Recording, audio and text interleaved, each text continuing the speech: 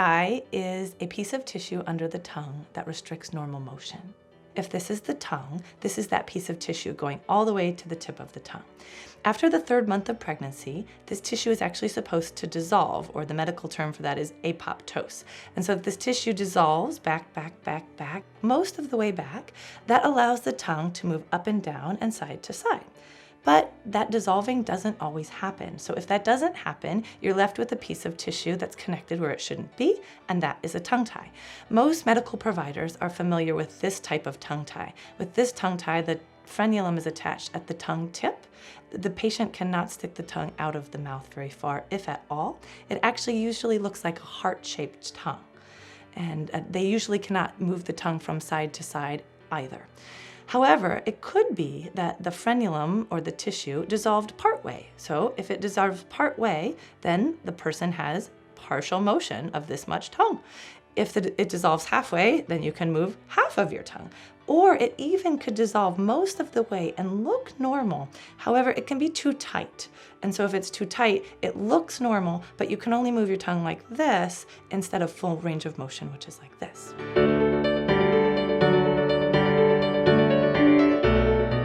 The tongue is what is used to transfer milk from the breast. So in this demonstration, if my fist is a nipple, and this is the breast, and this is baby's tongue, the baby is actually supposed to open wide and stick the tongue out, and that tongue should really stick out over the gum line, so it looks like this.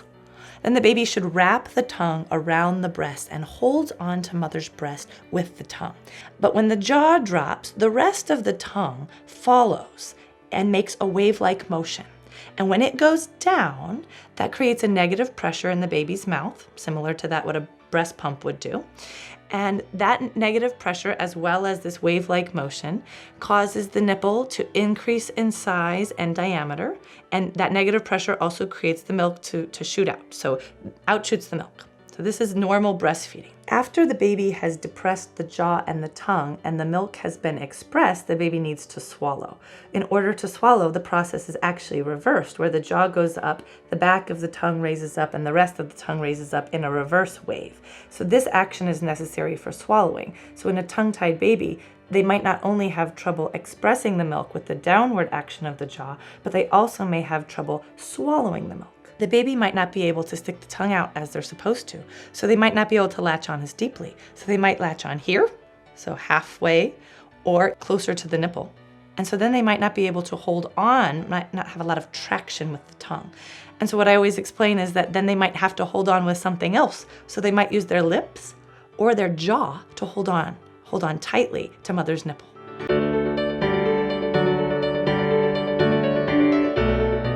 Bottle feeding is just a substitute for breastfeeding when a person is unable to breastfeed. A baby should actually use the bottle the same way that they use the breast. So this can be the bottle nipple, and the baby's supposed to hold on to the bottle nipple with their tongue wrapping around the silicone bottle nipple. If the baby is tongue-tied, however, they may not be able to hold on to the bottle nipple, and in order to get the milk out, they may actually use their gum. So they might actually squeeze the bottle nipple to express the milk, as opposed to transferring with the tongue and allowing the milk to flow into their mouth. But they're not actually forming a seal on the bottle.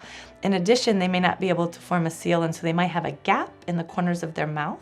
And so if there's gaps in the corners of the mouth, that can lead to sucking a lot of air and trouble transferring milk. This can actually lead to taking a really long time to take a bottle. It's not uncommon for a parent of a bottle feeding baby to tell me that their baby takes 45 to 60 minutes to drink a bottle. And this is the normal volume that the baby would drink for their age. So if the baby would normally take 2 ounces at that age, it's taking them 45 minutes to take this bottle of 2 ounces.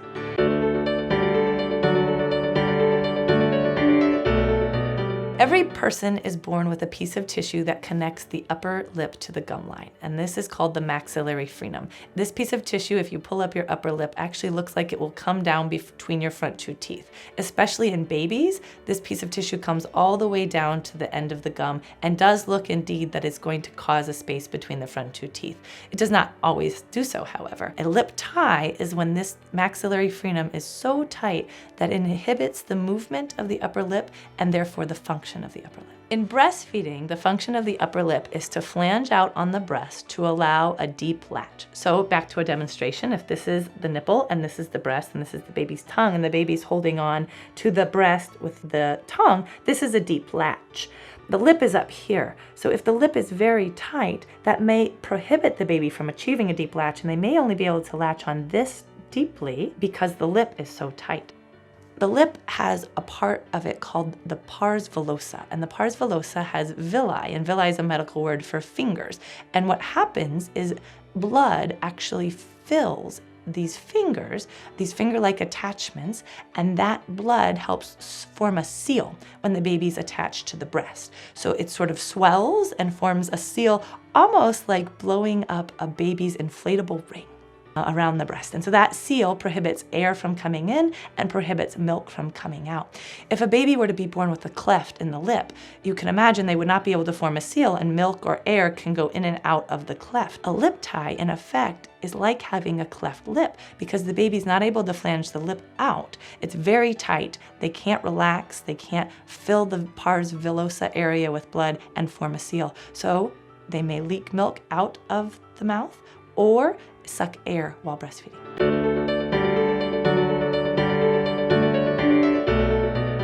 Untreated tongue tie can have an effect on breastfeeding and bottle feeding. It can also have an effect on the ability to eat solid foods, to use a straw. It can have an effect on speech. It can have an effect on oral toilet or oral hygiene, which means using the tongue to clean the mouth. And also, it has been suggested that it may even have a role in orthodontics and sleep apnea. Certainly there are people who have a speech disorder who do not have tongue tie. However, there have been cases where babies or people who have had a tongue tie that was not treated and then developed speech, and they didn't develop speech adequately, they were delayed in speech, or they had poor articulation, and after the tongue was revised, they spoke more clearly and had improvement in their speech. So we know that tongue tie can affect speech. There's no way to know, unfortunately, in whom the tongue tie will actually affect their speech. Oral toilet, again, is moving the tongue around the mouth. So if you think about having a piece of pizza, the pizza gets stuck behind your back teeth, and you might use your tongue to clean out your back teeth. People who are tongue-tied don't have full motion of the tongue, and I have had cases where people come in and they say that their 3-year-old is sticking her finger in her mouth to clear the food out of her mouth. And she knows she's not supposed to stick her fingers in her mouth, but she has no choice because she's tongue-tied. So tongue-tie can affect oral toilet. There's a suggestion that this can actually lead to an increased risk of cavities, because if you can't clean the surfaces of your teeth well, you may be more likely to have cavities. The tongue can also affect the development of the palate and the jaw. And the reason this is because the normal resting position of your tongue is actually with the front of the tongue behind your front 2 teeth and the rest of the tongue resting on the palate. However, if the person is tongue-tied, the tongue cannot rest at the roof of the mouth at the palate. In the womb, the tongue is actually supposed to stretch the palate. But if it's resting at the floor of the mouth, it has not stretched the palate, and this can actually lead to a very high, narrow palate. If you treat a tongue tie when a baby's early, very young baby, something in the 1, 2, 3 months of age, and do ultrasound studies, you can actually see that the palate expands over time and gradually improves, gets stretched by the tongue that's resting at the roof of the mouth. There's been suggestion that tongue tie may be tied to airway problems or sleep apnea. The reason for this, if you think about it, your nose holes are right above your palate. So if your tongue doesn't go up and stretch your palate, it may also not stretch your airway up here. There's also a portion of the airway here that can have the tongue fall back and block. And so a tongue tie is going to prohibit the tongue from getting out of the way of the airway.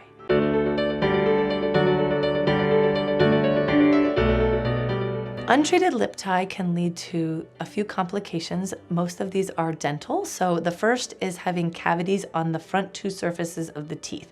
This is probably from milk trapping or food trapping or poor oral toilet or oral hygiene, meaning you're not actually able to brush the teeth very well if the lip is further down on the teeth. The other one is called diastema. Diastema means a space between the front 2 teeth, and the lip tie can actually prohibit the teeth from coming together and so cause a diastema and thus probably orthodontic problems. The American Academy of Pediatric Dentistry released a guideline in 2015. It's the guideline for oral surgery, and the new guideline actually recommends that treatment of the maxillary frenum, meaning the lip tie, be undertaken if tension is exhibited on the papilla. So the papilla is a little white bump that would sit right on your gum line between where your front two teeth would be. And in a baby, there are no teeth, so you can see the little bump. And if you pull up on the lip and it blanches, the American Academy of Pediatric Dentistry said that that would be enough force on the gingiva or the gum to indicate treatment. Or if there's a diastema, meaning a space between the front two teeth, that's greater than 2 millimeters, because that is not likely to close on its own.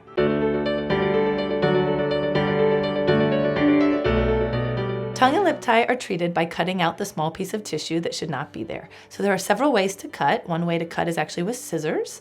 That can lead to some bleeding, as you might imagine. Another way to cut is using a scalpel. This is typically more often done in an operating room. Some providers use something called electrocautery, which is electricity to use to burn the tissue.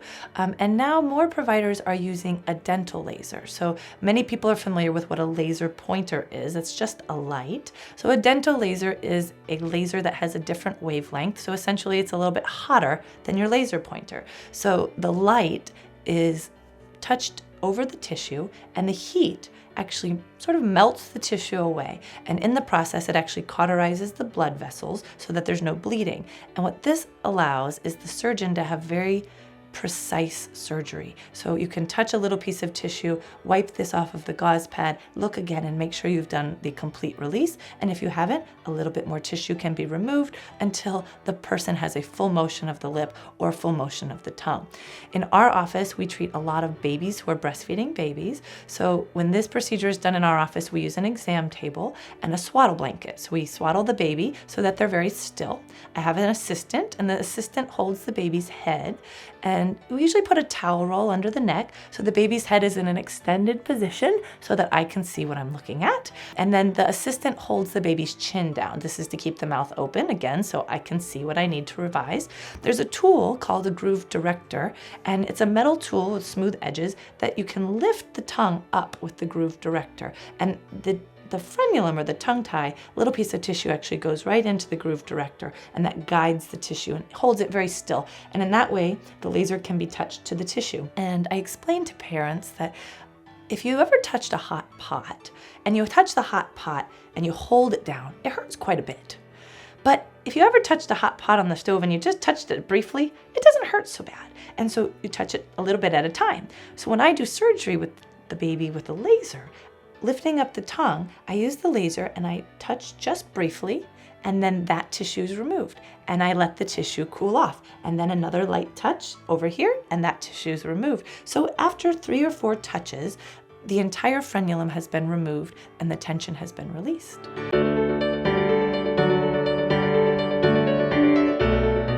There are 4 risks to the tongue tie procedure in our office. The first risk is crying. I've told you that I'm going to take the baby and swaddle the baby up, put a towel roll under the neck. I didn't mention that whenever we use a laser, we actually all have to wear safety glasses, and that includes the baby. So whenever you put the baby glasses on, the baby starts to cry because they don't like having it on their face. So the baby is crying starting at the beginning of the procedure. This crying is not from pain. It's because they don't like being restrained. They don't like the glasses. The second risk of the procedure is pain. So this dental laser, I have actually deliberately taken and touched to the tip of my finger so I can tell you what it feels like. It felt like I had touched a hot pot of oatmeal on the stove. It kind of surprised me, it throbbed for a moment, and then it was sore. So there is some pain and heat that the baby will feel, but it is not excruciating. However, we don't use any numbing medicine in babies less than 6 months. And the reason for that is the numbing medicine can stop their hearts. So that's an unacceptable risk. So the good news for our breastfeeding babies is that breast milk is like Percocet. It actually has a pain-relieving property in the brain, an opioid property. So immediately after the procedure, we'll bring the baby to the breast and allow them to drink. Typically the baby's mad because we just held them down and made them mad, so they cry for about 1 or 2 minutes before they will latch. And 1 or 2 minutes of crying seems like a lot of crying, but be reassured that after 1 or 2 minutes, the majority of babies will latch on. The babies who don't latch on tend to be the babies who just fed and are very full, or a baby who has been having trouble going to the breast or has never successfully gone to the breast before. And so going to the breast is not something they necessarily know how to do, but we're still going to try. In addition to pain during the procedure, some babies have pain after the procedure. And if this is to occur, it seems to occur about 3 to 6 hours after the procedure. Laser is actually thought to have a natural anesthesia. So this anesthesia tends to wear off. And so around 3 to 6 hours later, your baby might be very fussy, might require a lot of holding, walking, seeming to want to nurse and not be satisfied, not be contented by nursing. There are a few things that you can do to treat this pain. One is use a homeopathic teething gel. So in the United States, we have Oragel that makes Oragel Naturals. There's also a brand called Hyland's. Hyland's make Hyland's homeopathic teething gel. They also make a tablet. I like the gel because you can actually put the gel right on your finger and put it directly on the wound. And that does seem to help the babies. You do not want to use regular Oragel. Regular Oragel has a chemical called benzocaine, and that can actually kill your baby. So it can cause an oxygen problem in the bloodstream. So do not use regular Oragel, only the naturals or homeopathic product.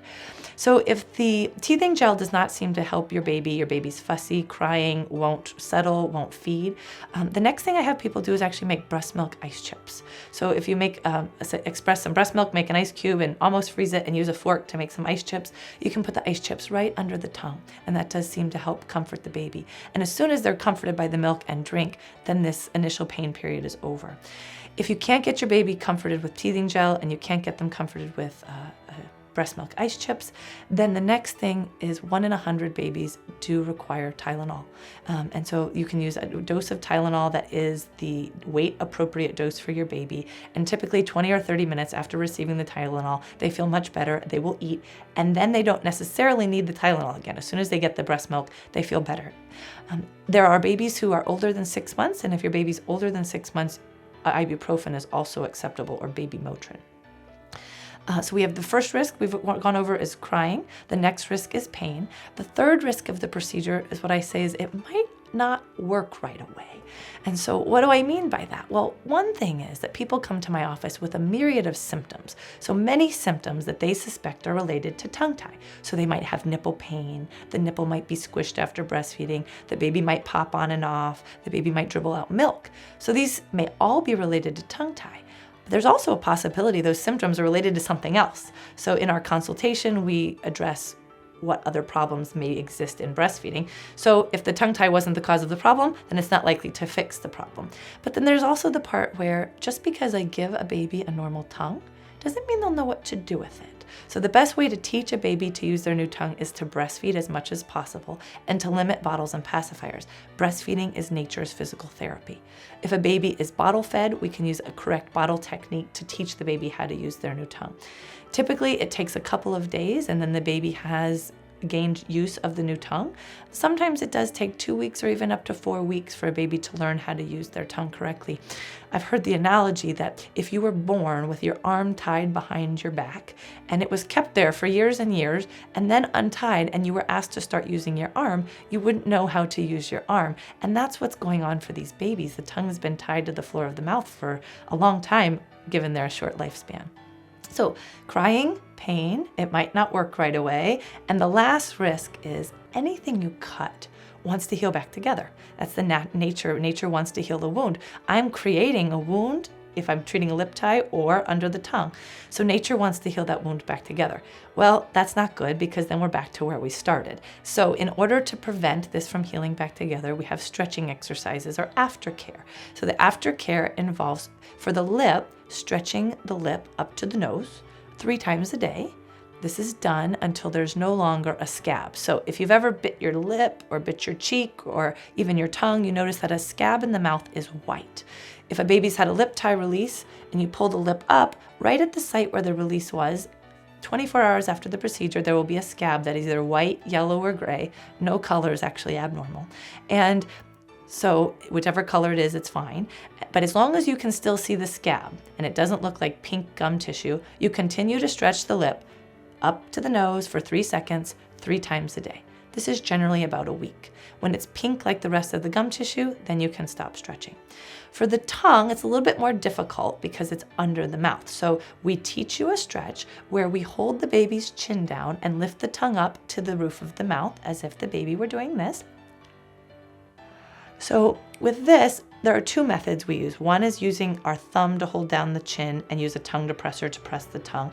Sometimes the tongue tie has been so close to the tip of the tongue that we actually use our fingers. We put the thumbs on the chin, stick one finger under either side of the tongue, and just lift up. We do demonstrate this for you on your baby immediately after the procedure so that you can show us that you know how to do it. It does have to be done with adequate force. This stretching is done every 4 to 6 hours until there's no longer a scab. There's no longer a scab under the tongue, usually about 2 weeks.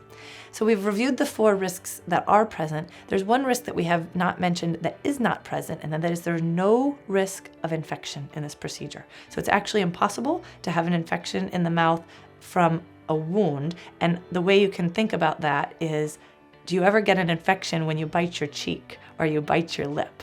You don't. And so this is not going to get infected. So if your baby were to get a fever, 102 or whatever the fever is after they leave here, it's unrelated to the procedure. They're sick, something else is wrong.